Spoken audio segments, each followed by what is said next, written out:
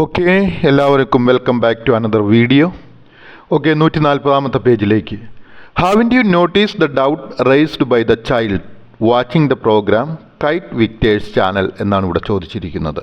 എന്താണ് haven't you notice? നിങ്ങൾ ശ്രദ്ധിച്ചിട്ടുണ്ടോ, അല്ലെങ്കിൽ നിങ്ങൾ കണ്ടിരുന്നോ, അല്ലെങ്കിൽ നിങ്ങൾക്ക് കുട്ടിയുടെ സംശയം ശ്രദ്ധിച്ചിരുന്നോ? കൈറ്റ് വിക്ടേഴ്സ് ചാനലിലെ പ്രോഗ്രാം കാണുന്ന കുട്ടിയുടെ സംശയം ശ്രദ്ധിച്ചിരുന്നോ എന്നുള്ളതാണ് ചോദ്യം. അപ്പം എന്താണ് കൈറ്റ് വിക്ടേഴ്സ് ചാനലിൽ ഉണ്ടായിരുന്ന പ്രോഗ്രാം എന്ന് കഴിഞ്ഞ ക്ലാസ്സിൽ നമ്മൾ കണ്ടു. ഇതാണ് archaebacteria differ from other bacteria in their cell wall, cell membrane and protein synthesis.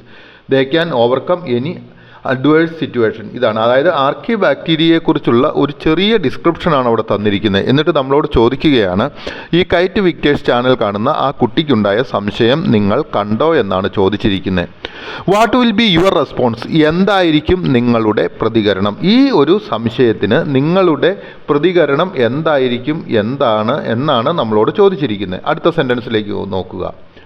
It is from such doubt that classification methods have been evolved and updated. എന്നിട്ട് പറയുകയാണ്, ഇത്തരത്തിലുള്ള അല്ലെങ്കിൽ ഇത്തരം സംശയങ്ങളിൽ നിന്നാണ് ക്ലാസിഫിക്കേഷൻ മെത്തേഡ്സ്, അതായത് വർഗീകരണ രീതികൾ, അതായത് ഓരോന്നിനെ തരംതിരിക്കുന്ന രീതികൾ ഉരുത്തിരിഞ്ഞതും. ഇവോൾവ്ഡ് എന്ന് വെച്ച് കഴിഞ്ഞാൽ ഉരുത്തിരിയുക. ഓക്കെ, ക്ലാസിഫിക്കേഷൻ എന്ന് വെച്ച് കഴിഞ്ഞാൽ വർഗീകരണം.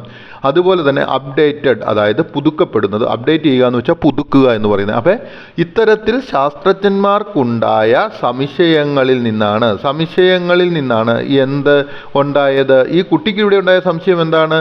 ഈ ചാനലിൽ കണ്ട വാർത്ത അല്ലെങ്കിൽ ഈ ചാനലിലെ പ്രോഗ്രാം കണ്ടപ്പോൾ ഈ കുട്ടിക്കുണ്ടായ സംശയം എന്താണെന്ന് വെച്ചാൽ, do archaebacteria belongs to the kingdom Monera എന്നുള്ള ഡൗട്ടാണ്. അങ്ങനെ ഉണ്ടാകുന്ന ശാസ്ത്രജ്ഞന്മാർക്കുണ്ടായ സംശയങ്ങളിൽ നിന്നാണ് എന്ത് ചെയ്യപ്പെട്ടിരിക്കുന്നത്? Classification method have been evolved and updated. അതായത് എന്താണ്, വർഗീകരണ രീതികൾ ഉരുത്തിരിഞ്ഞു വന്നത് ഇവോൾവ്ഡും അതുപോലെ തന്നെ അപ്ഡേറ്റഡ് പുതുക്കപ്പെട്ടതും എന്നാണ് നമ്മൾ ഇവിടെ മനസ്സിലാക്കേണ്ടത്. ഓക്കെ, അടുത്തതായിട്ട് നമ്മൾ അടുത്ത പാരഗ്രാഫിലേക്ക് പോവുകയാണ്. Identifying organism and their understanding their characteristics leads to the addition and updation in classification methods. ഇവിടെ എന്താണ് പറഞ്ഞിരിക്കുന്നത്? Identifying organisms. ഐഡൻറ്റിഫൈയിങ് ഓർഗാനിസം എന്ന് വെച്ചാൽ എന്താണ്? ഐഡൻറ്റിഫൈ എന്ന് വെച്ചാൽ തിരിച്ചറിയുക, ഓർഗാനിസം എന്ന് വെച്ചാൽ ജീവികൾ. അപ്പോൾ ഐഡൻറ്റിഫൈയിങ് ഓർഗാനിസം എന്ന് വെച്ചാൽ ജീവികളെ തിരിച്ചറിയുന്നതും അതുപോലെ തന്നെ അണ്ടർസ്റ്റാൻഡിങ് ദെയർ ക്യാരക്ടറിസ്റ്റിക്സ്. അണ്ടർസ്റ്റാൻഡിങ് എന്ന് വെച്ചാൽ എന്താണ്? മനസ്സിലാക്കുന്നത്. ദെയർ ക്യാരക്ടറിസ്റ്റിക്സ് എന്ന് വെച്ച് കഴിഞ്ഞാൽ എന്താണ്? സവിശേഷതകൾ എന്നോ അല്ലെങ്കിൽ സ്വഭാവങ്ങൾ എന്നോ. അപ്പം ഓരോ ജീവികളെ തിരിച്ചറിയുന്നതും അവയുടെ സ്വഭാവ സവിശേഷതകൾ മനസ്സിലാക്കുന്നതും എന്താണ്? ലീഡ് ടു, അതായത് നയിക്കുന്നു, addition and updation in the classification method. അവ എന്തിലേക്ക് നയിക്കുന്നു? അവ മനസ്സിലാക്കുന്നത് വർഗീകരണ രീതികളിൽ അല്ലെങ്കിൽ ക്ലാസിഫിക്കേഷൻ മെത്തേഡിൽ അഡിഷൻ കൂട്ടിച്ചേർക്കലുകളും പുതുക്കലുകളും വരുത്തുന്നു. എന്താണ് classification method? Addition and updation. Updation എന്ന് വെച്ചാൽ എന്താണ്? പുതുക്കൽ. അഡിഷൻ എന്ന് വെച്ചാൽ എന്താണ്? കൂട്ടിച്ചേർക്കൽ. അപ്പം ഇത്തരത്തിൽ ജീവജാലങ്ങളെക്കുറിച്ച് മനസ്സിലാക്കുന്നത് എന്താണ്? അവയുടെ അഡിഷനും, അതായത് കൂട്ടിച്ചേർക്കലിനും അപ്ഡേഷൻ പുതുക്കലിനും കാരണമായി തീരുന്നു. The 5 kingdom classification system also been subjected to updations. അതുപോലെ തന്നെ നമ്മളോട് പറയുന്ന ഒരു കാര്യമാണ് 5 കിങ്ഡം വർഗീകരണ രീതിയും. ഈ 5 കിങ്ഡം വർഗീകരണം എന്ന് വെച്ചാൽ ഈ കിങ്ഡം എന്താണെന്നുള്ളത് അടുത്ത ക്ലാസ്സുകളിൽ നമ്മൾ പഠിപ്പിക്കും. ഓക്കെ, അപ്പോൾ 5 കിങ്ഡത്തിൻ്റെ വർഗീകരണ രീതിയും പുതുക്കലിന് വിധേയമായിട്ടുണ്ട്. അതും പുതുക്കപ്പെട്ടിട്ടുണ്ട് അല്ലെങ്കിൽ അപ്ഡേറ്റ് ചെയ്യപ്പെട്ടിട്ടുണ്ട്. Okay, classification has been subjected to updation. Analyze the description and illustration 6.1. നമ്മളോട് പറഞ്ഞിരിക്കുന്നത് എന്താണ്? താഴെ തന്നിരിക്കുന്ന ഒരു ഡിസ്ക്രിപ്ഷൻ തന്നിട്ടുണ്ട്. ആ ഡിസ്ക്രിപ്ഷൻ എന്താണ് നൽകിയിരിക്കുന്നത്? താഴെ തന്നിരിക്കുന്ന ആ ഡിസ്ക്രിപ്ഷൻ സൂചകങ്ങളെ അടിസ്ഥാനപ്പെടുത്തിക്കൊണ്ട് വിവരണത്തെയും, അതായത് ഡിസ്ക്രിപ്ഷൻ എന്ന് വെച്ചാൽ വിവരണത്തെയും അതുപോലെ തന്നെ ചിത്രീകരണം അല്ലെങ്കിൽ ഇലിസ്ട്രേഷൻ ഏതാണ്? 6.1 6.1 തന്നിരിക്കുന്ന അതിനെയും അടിസ്ഥാനപ്പെടുത്തിക്കൊണ്ട് സൂചകങ്ങളെ അടിസ്ഥാനമാക്കി വിശകലനം ചെയ്ത് കുറിപ്പ് തയ്യാറാക്കുക. നമ്മളോടൊരു കുറിപ്പ് തയ്യാറാക്കുവാനാണ് പറഞ്ഞിരിക്കുന്നത്. അപ്പം ഇവിടെ എന്തിനെക്കുറിച്ചുള്ള ഡിസ്ക്രിപ്ഷനാണ് ഇവിടെ തന്നിരിക്കുന്നത്? നിങ്ങൾ കണ്ടു കാണുമായിരിക്കും. ആയിരിക്കും. ഒരു 141 പേജിലാണ് ആ ഡിസ്ക്രിപ്ഷൻ തന്നിരിക്കുന്നത്. ആ ഡിസ്ക്രിപ്ഷൻ എന്താണ് എന്നൊന്ന് നോക്കിക്കേ. ആ ഡിസ്ക്രിപ്ഷൻ ഇതാണ്: 3 ഡൊമൈൻ വർഗീകരണം, അല്ലെങ്കിൽ എന്താണ് പറഞ്ഞിരിക്കുന്നത്, 3 ഡൊമൈൻ ക്ലാസിഫിക്കേഷൻ, അതായത് 3 ഡൊമൈൻ വർഗീകരണത്തെക്കുറിച്ചാണ് ഇവിടെ പറഞ്ഞിരിക്കുന്നത്. ഓക്കെ, ഇവിടെ പറഞ്ഞിരിക്കുന്ന കാര്യം എന്താണ് എന്നൊന്ന് നോക്കിക്കേ.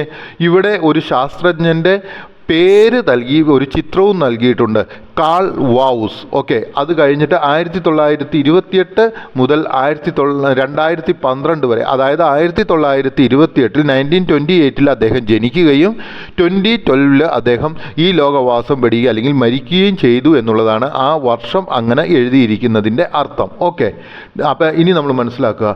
A scientist named Carl Woese എന്താണ് tried to study more about the organisms that belongs to the kingdom Monera. Okay, അപ്പോൾ എന്താണ് പറഞ്ഞിരിക്കുന്നത്, കാൾ വൗസ് എന്ന് പറയുന്ന ശാസ്ത്രജ്ഞൻ എന്താണ് കിങ്ഡം മൊനീറയിൽ ഉൾപ്പെടുന്ന ജീവജാലങ്ങളെക്കുറിച്ച് കൂടുതൽ അറിയുവാൻ അല്ലെങ്കിൽ പഠിക്കുവാൻ ശ്രമിച്ചു. സയൻറ്റിസ്റ്റ് നെയ്മഡ്, അതായത് ഒരു ശാസ്ത്രജ്ഞൻ, പേര് നൽകപ്പെട്ടിരിക്കുന്ന എന്താണ്, Carl Woese. Tried to study, അതായത് പരിശ്രമിച്ചു. എന്തിനു വേണ്ടിയിട്ട്? സ്റ്റഡി മോർ എബൌട്ട് ഓർഗാനിസംസ്, അതായത് ജീവജാലങ്ങളെക്കുറിച്ച് കൂടുതൽ പഠിക്കുവാനായിട്ട് ശ്രമിച്ചു. എവിടെയുള്ള ജീവജാലങ്ങളെക്കുറിച്ച്? That belongs to kingdom Monera, അതായത് കിങ്ഡം മൊനീറ എന്ന് പറയുന്ന ആ കിങ്ഡത്തിലുള്ള ജീവജാലങ്ങളെക്കുറിച്ച് കൂടുതൽ പഠിക്കുവാനായിട്ട് ശ്രമിച്ചു. Through scientific observation he realised that these microorganisms are distinct from bacteria. അദ്ദേഹത്തിന് എന്താണ് മനസ്സിലായത്?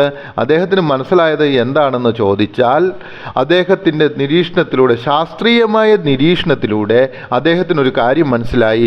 മൊനീറിയയിൽ ഉൾപ്പെട്ട, അതായത് മൊനീറിയൻ കിങ്ഡത്തിൽ ഉൾപ്പെട്ട എന്താണ് ജീവജാലങ്ങൾക്ക് എന്താണ് കുഴപ്പം?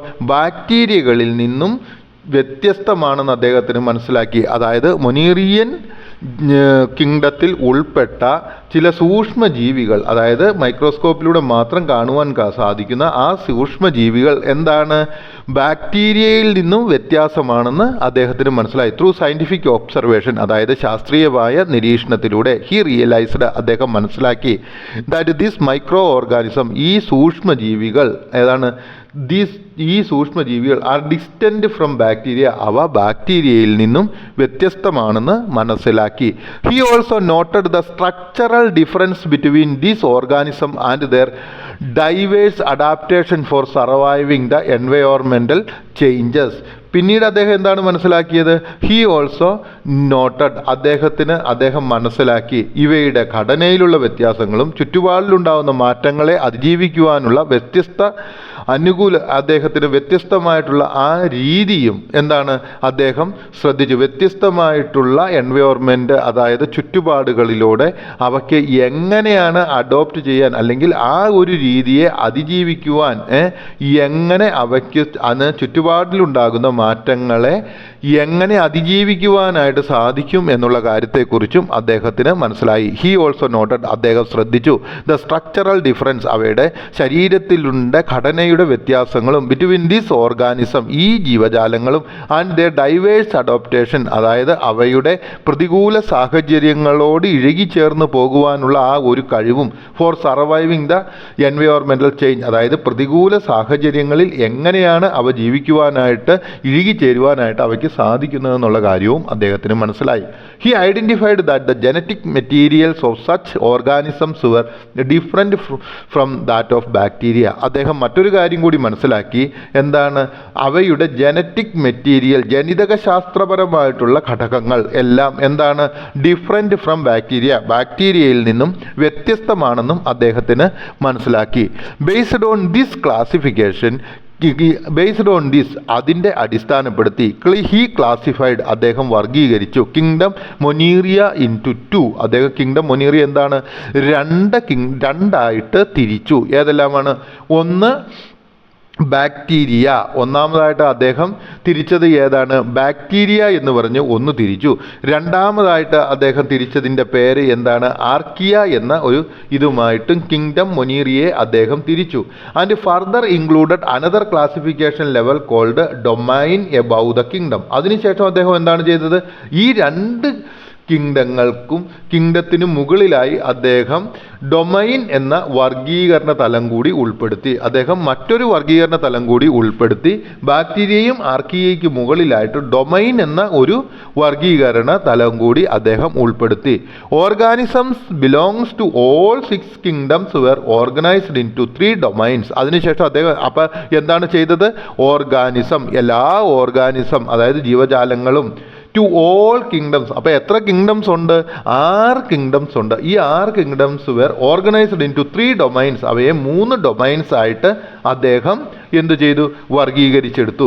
These were named as domain bacteria. ഇവയെ എങ്ങനെയാണ് അദ്ദേഹം ഈ 3 ഡൊമൈനായിട്ട് തരംതിരിച്ചതിന് ശേഷം അവയെ എങ്ങനെയാണ് അദ്ദേഹം തരംതിരിച്ചെടുത്തത്? ഇവയ്ക്ക് അദ്ദേഹം നൽകിയ പേരുകൾ: ഒന്ന് ഡൊമൈൻ ബാക്ടീരിയ, രണ്ടാമത്തേത് ഡൊമൈൻ ആർക്കിയ, മൂന്നാമത്തേത് ഡൊമൈൻ യുക്കാരിയ എന്നിങ്ങനെ പേരുകൾ നൽകി. മൂന്നാമത്തേതിന് ഡൊമൈൻ യുക്കാരിയ എന്ന പേര് നൽകി. ഞാൻ പ്രതീക്ഷിക്കുന്നു ഈ പാഠഭാഗം നിങ്ങൾക്ക് മനസ്സിലായെന്ന്. നമുക്ക് അടുത്ത വീഡിയോയിലേക്ക് പയ്യെ പോകാം.